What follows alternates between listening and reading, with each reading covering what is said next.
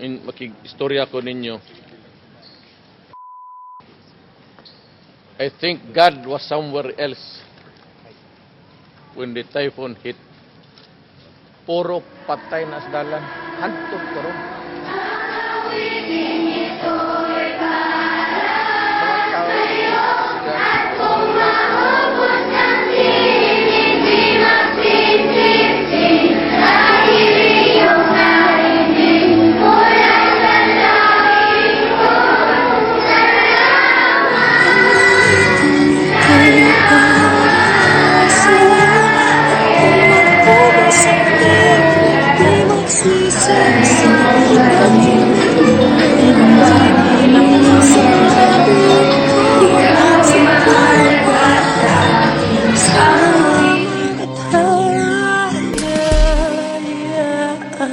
Pangkaraniwang nilalang, tapat na naglingkod, nirespeto sa nasasakupan niyang lungsod, lugar na dati balot ng panganib at dahas, ngayon ay isang syudad na pinakaligtas. Kung paano mo ito inararo mag-isa, imposible at sadyang nakakapagtaka. Militar man o rebelde, iyong napagkasundo, walang palitan ng putok kahit saan magtagpo. Nung panahon ng Yolanda, bumilib ako sa'yo, napamura ka sa awang sinapit ng Pilipino. Kaaway mo'y durugista at kriminal, marami nang nakasubok sa iyong kamay na bakal. Kung gaano katigas ay ganong kalambot, ang puso mo para sa inaapi kinukurot, luhang di pinagdamot para sa merong karamdaman. Huli ka na namin, Mayor, kahit lihim mong punasan. Ito'y para sa'yo, at kung maubos ang di magsisisi, dahil may narinig mula sa labi ko.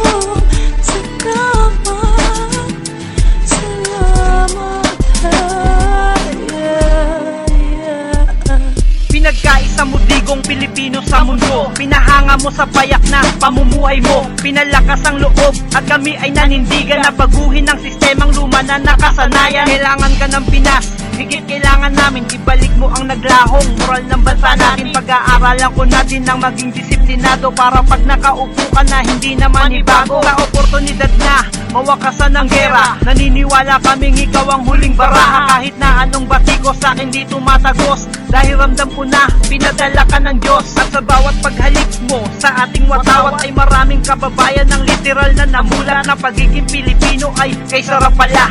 Manalo o matalo, susuportahan kita.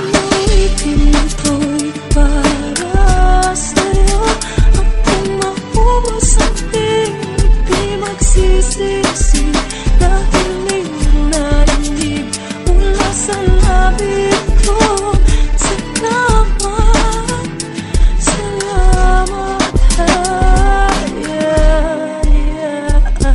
Isa ka sa Pilipinong nagmahal sa Pilipinas, ipinagkakatiwala ko sa'yo ang aming bukas, ang kinabukasan ng panganay ko hanggang bunso.